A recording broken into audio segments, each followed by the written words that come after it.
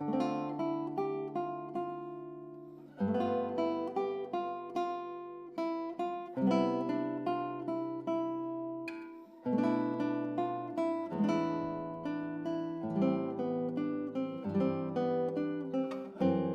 are the mission bells. The bells were a gift from Spain and was a very important part of the missions.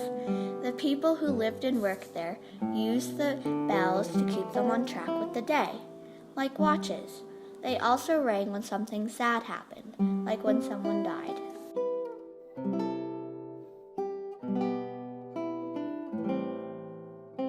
This is the Sarah Chapel.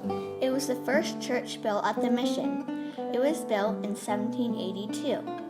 By 1796, the adobe church became too small for the church members, so they built a bigger church called the Great Stone Church. But 6 years later, on a Sunday morning, while church members were praying, an earthquake shook the church, killing 40 people. After this, they moved back into the old church. In the 1920s, Father John O'Sullivan restored the mission and expanded the Sarah Chapel. While he did that, he also got a bargain on a golden retablo. The golden retablo is not really made of gold. It was made of cedar and covered in gold leaf. A retablo is an altar.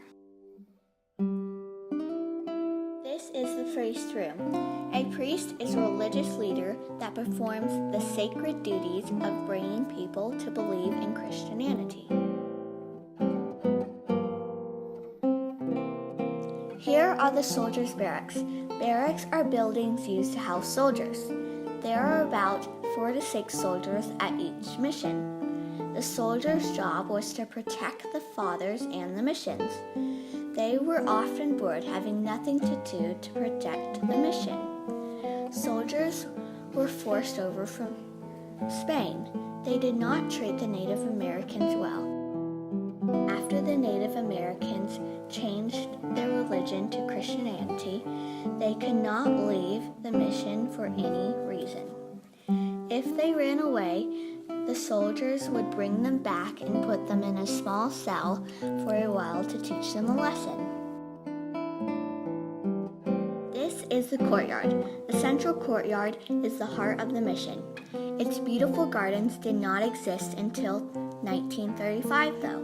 In 1796, the courtyard was simply an open dirt working area. At that time, there were about 1,000 people living at the mission. These are the 2 tanning vats. The priests and missionaries raised cattle to trade with people outside of the mission, but usually with the Spanish Empire.